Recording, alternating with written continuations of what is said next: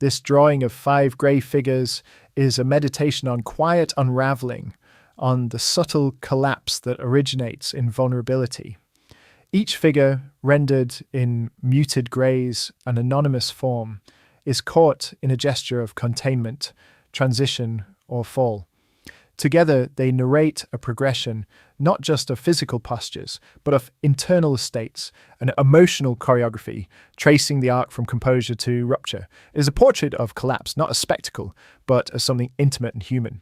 The first figure, furthest to the right, stands with a composed, self-contained stillness. His posture is open but modest, grounded and relaxed. His gaze turns into the scene, observing, perhaps sensing. He cradles one wrist with the opposite hand, a gesture soft in its restraint.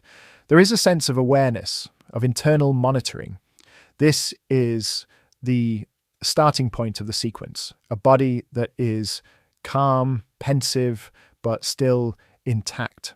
There is no drama in this figure, only a readiness, a subtle presence.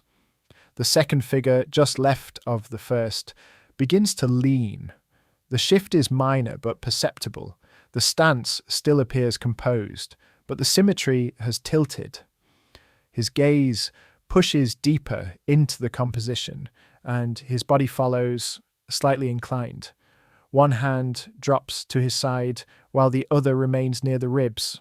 An echo of the first figure's gesture, now opened up. There is a softening here, an early tremor of destabilization. It's not yet discomfort, but perhaps inquiry or concern.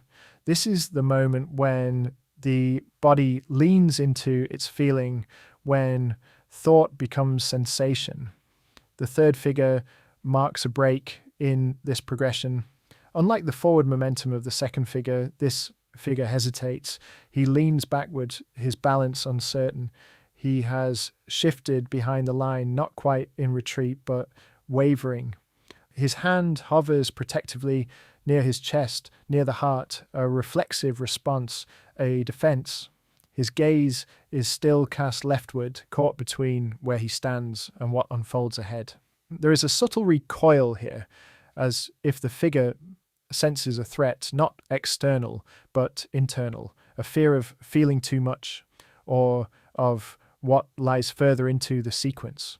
It's the body's resistance to continuation. Yet, the drawing does continue, and the fourth figure, standing left of the third, illustrates this inevitable pull toward collapse. He steps forward, not proudly, but folding inward. His back curves, his eyes drop. The forward motion of his right leg is not energetic, it is weighted, weary. Both hands now hold the chest, the seat of breath, vulnerability, emotion. It is no longer a gesture of thoughtfulness, but of burden. The forward tilt of the body mirrors the emotional turn inward. There is no denial now. This is the body cradling its ache. The fifth figure, furthest to the left, completes this descent. He is no longer standing, he is falling. Bent sharply at the waist, knees collapsed into right angles, his body is caught in a moment between surrender and impact. His right arm shoots downward, instinctively protecting him from the ground, while his left hand remains on his chest, unwilling or unable to let go of what he's holding. The back of his head is cropped out of the composition, indicating that the frame can no longer contain his fall. The drawing cannot physically hold the weight of what this figure expresses. His collapse exceeds the image. The figures form a visual arc from verticality to horizontality, from poise to breakdown, but the drawing resists melodrama. The grey palette and simple forms give no name to the emotional content. What makes the work powerful is its quietness, the way it captures the body as a site of emotion, of transformation, of subtle revolt. Each gesture is believable, familiar, human. We recognize the hand to the chest, the curled posture, the slight lean forward or backward. These are not exaggerated theatrical forms. They are the micro expressions of a soul under pressure. This is a drawing about the slow revelation of internal weight, how emotions inhabit and deform the body.